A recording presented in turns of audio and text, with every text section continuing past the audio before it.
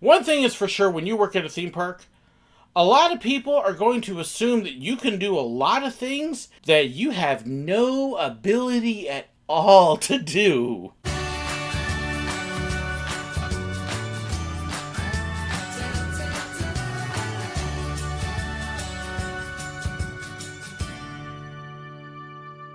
So there was a chat going on in my channel's Discord channel the other day where a couple people were commenting about their time working at theme parks and some of the funny things that have happened to them. One of the comments that one person had said, "Now people will see my new colored janitor vest and won't try to yell at me about admissions or food service problems, things I don't have any control over." One other said, "I work with ride photos and I had a guest get really upset because I couldn't give them a front of the line pass for a ride. And it wasn't even the ride that I was working with." One other comment, "With our gates down and lights out at work today, I had someone ask if we could take their order." And it really kind of hit home with me a little bit. In that one of the things that happens when you work at a park especially, but really any business, is people see your costume, your outfit, and they assume that you have this incredible vast knowledge and ability to get things done that you really have nothing to do with and no ability to do. Disney's my biggest example, but this is true at Busch Gardens and Silver Dollar City as well. People would come up to us at the ride we were working, or as a photographer, they would come up to us and assume that we had a knowledge and an ability that we just plain didn't have. As a photographer, I had no clue what rides were open and weren't open because I wasn't part of that information chain. I didn't know when they would be closed, when they would be open, when they might reopen, what was wrong with them. I didn't have any access to any of that information. Goodness, half the time the employees working on the rides didn't have that information. And I would have guests get mad at me that I didn't know. "You're standing here on Main Street. Why don't you know if Tower of Terror at Hollywood Studios is open?" Wrong park, wrong division, don't work on rides, they don't tell me these things. Now, if somebody came up genuinely asking, "Hey, do you know if this ride is open or when it might reopen?" we would probably walk them over someplace and we could try to make a couple phone calls and see if we could find out. Normally, we would go to guest relations, because guest relations is really kind of the central repository. But we'd see what we could do. But the assumption that we knew something, I got chewed out one time at Disney taking pictures on Main Street because the guests had a bad experience and they wanted me to refund their money on the spot in the middle of Main Street. And I'm kind of looking going, I've got a camera, I don't have a cash till, I don't have anything I can plug your tickets into, I don't have any resources. How am I going to give you a refund? Ma'am, I can take you up to guest relations. "I don't want to go to guest relations. You're going to fix my problem." I don't have that ability. I can take you to the ones who can, but I can't do it. "I don't want to go to the ones who can. You're gonna..." And every now and then you would just get people and just like, why? As a ride operator, we would have people come up and ask us about ride closures, particularly with weather. Why is it down? How long is it going to be down? When's the weather going to clear up? And we're like, yeah, I'm not God. I can't control the weather. I don't know when the lightning's going to go away. I don't know when it's going to be safe for me to go back out and start doing my job again. That's kind of up to powers beyond my skill. We would have people want to know why a ride broke. Here's the secret. The mechanics don't even usually tell the ride operators why a ride broke or exactly what's wrong with it. Most of the time, because they're just plain too busy trying to fix it and take care of it. But a lot of the ride operators, all they know is it's not working. We don't know how long it's going to be, because that's really what they know. They don't know how long because they don't know what's wrong and if it's an easy fix or not. But the people that want you to fix problems that you can't. As a ride operator on the train, we would have people come up and want to know what happened at a restaurant. Can we fix the problem at a restaurant? I'm a train conductor. I'm not a cook. I'm not working at the restaurant. They see the name tag, and that name tag means that you have powers and abilities. It's almost like a magical thing. This name tag at Busch Gardens, people would look at it and go, oh, he's like God. He knows all and can do all. And And I'd be sitting there going, okay, God certainly doesn't have a name like SirWillow. What ride is doing this? What restaurant is doing this? When's the weather going to go?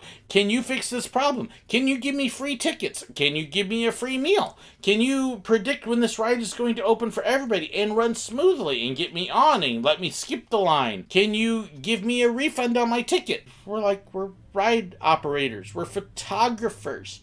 We don't have that ability. We can help you find the people who can, but the number of people who don't want help getting the information, they want you to fix it, was scary. One of the things I did like to do, if I could, every now and then I would get a rare opportunity to pick up a couple fast passes for whatever. And if I had that, I'd tuck them into a pocket and would try to keep them for somebody special, somebody really nice, somebody who did something great, or somebody who was just having a really horrible moment.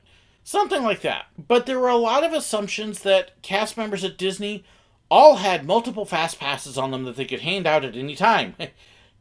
No, they don't. In fact, for a photographer to have a fast pass was extremely unusual. You can find the employees, the cast members at their rides, will oftentimes have fast passes for their ride specifically, and they're usually meant to be given out in case the ride breaks down. That way people who were already waiting can come back and not wait again. But they don't have them for other rides. They don't have them for other parks. I'd have people that would come to Hollywood Studios and want me to give them fast passes for Animal Kingdom. Like, I don't even have one for here, let alone for over there. I don't know what's going on there. I'm here. It was especially amusing when you would have people come up to you at Disney and they would want you to fix their problems with Universal. Wrong company. That's not us. It was very frustrating. Just mind-boggling. It always amused me when I was working at the Disney parks. And I would have people walk up to me and say, "Can you help me get a reservation at the restaurant over there?" "No, I'm a photographer." "Okay, but you work for Disney. Help me get a reservation." "I'm sorry, I am a photographer. I take pictures. I don't work at the dining establishments." "But you work for Disney, therefore you're going to get me a reservation." "The number you want is 767 WDW Dine. Call them. They can do it." And they would get mad, because all I could do is refer them to the cell phone number or guest relations or the restaurant. That's all I could do as a photographer. Sorry, I don't have these magical abilities you seem to think that we do. We would have people come up to us on the train and had something happen. Stuff happens. Understand that. We have people that come up and maybe they tripped and got hurt and need help from first aid. Okay, I can call first aid and have them come down. They had a bad experience and who do they talk to? Okay, let me take you to guest relations or to this manager. Let me call the manager of merchandise to come down. We had access to things like that. But when they demand that you fix a problem that you have no influence over, not only did you not have anything to do with the problem, but you have absolutely nothing to do with the solution other than being able to get somebody else who can actually solve it. The train, we had a couple times that people were at the exit arguing with us that we were supposed to refund their tickets because it rained and they were going to have to leave and washed out, and I was going to give them the refund. I don't handle money. I run a ride. I take care of the train. How on earth am I supposed to give you a refund? And then they would get mad, upset, blow their top, lose a fuse, because you said guest relations is the ones who can help you. They're on the way out of the park. That's what they do. How dare you not help me? That's all the help I can do. Well, you better take me to somebody who can. I can't leave my ride because it's operating and I've got 250 people that I'm taking care of their safety at the moment. Sorry you're upset, but they have to come first. As a photographer at Disney, I had a little more freedom to be able to walk somebody over to where they could get help, but if we're on Rhino Rally or we were on the train, we couldn't leave our post. We had to take care of the ride and the guests that were on it first. And they would get furious with us for not serving them a meal on the spot, not giving them a refund on the spot, not telling them how to skip the lines at the other rides. And I'm sorry, I can only do what I can do. Most people were great about this. Most people were wonderful in understanding what your restrictions were. But sometimes you get some, understandably because they were really upset that something had happened and they wanted to fix right now. But a lot of it was just an irrational non-comprehending that you can't do what you can't do. It would be like walking into JCPenney's and telling them that McDonald's messed up your meal and JCPenney's needs to give you a new hamburger. What? It's almost like the old Run DMC song where the guy walks into KFC and asks for Big Mac small fry. Kentucky Fried Chicken don't have the Big Mac. And then getting mad about it. Oh, yeah. Guests are wonderful sometimes. Thankfully, that didn't happen very often, but when it did, man, it would just leave you flustered. And then when they'd start calling you names.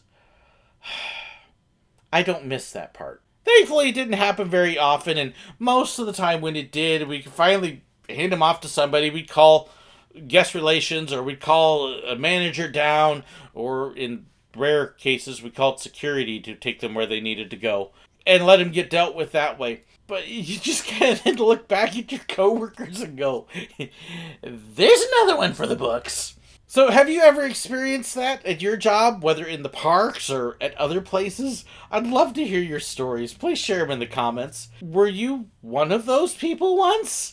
Hey, fess up. It's good for the soul. I'd love to hear your story as well. Thank you so much for subscribing, for hitting that like button, for sharing the video as well. Don't forget to hit the bell too to make sure you get notified anytime I've got a new video. Check the description, tons of information in there as well. I also want to give a huge shout out to my financial supporters, my YouTube members, as well as my patrons on Patreon. Their financial support blesses me, helps me make improvements, helps me do so much that I could not otherwise do, including the opportunities to take trips and shoot B-roll footage and park vlogs and all sorts of other stuff. I want to give a huge shout out to my new patrons and members. New patrons include Valerie Gugala, I hope I said that right, Valerie, and Cameron McCarty. Thank you so much. I also want to thank my brand new YouTube members, SimCoolBoy, Power, and also Teresa Carosella. Hope I got that one right as well. Thank you so incredibly much for your financial support. They also get a number of perks, including behind-the-scenes access, early viewing, and all sorts of other stuff. If you want to know more about that, be sure to check the description below where there's links to both types of support. Thank you so incredibly much for watching, and God bless. A lot of people will look at your uniform. Nope, sure. I work with ride photos, and I had a guest get really upset because it's dinging. Ah! And they would assume that we had... Stupid computer.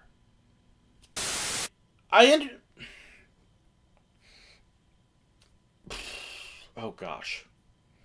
I'm like, I can't really tell that. There are things I know that I just can't share, and that's hard. It's like, it's something new. That one probably contains personal information, so we can't share that one because of the circumstances around it. Try to keep it within limits.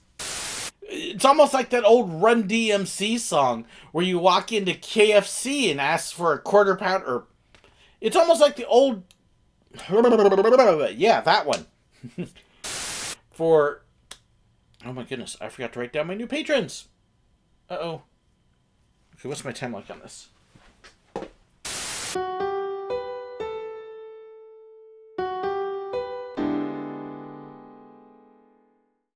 If you'd like to know about my merchandise, fan pages, and more, be sure to check the description below. If you'd like to know whenever I've got a new video posted, well, make sure you hit that button right up there and subscribe.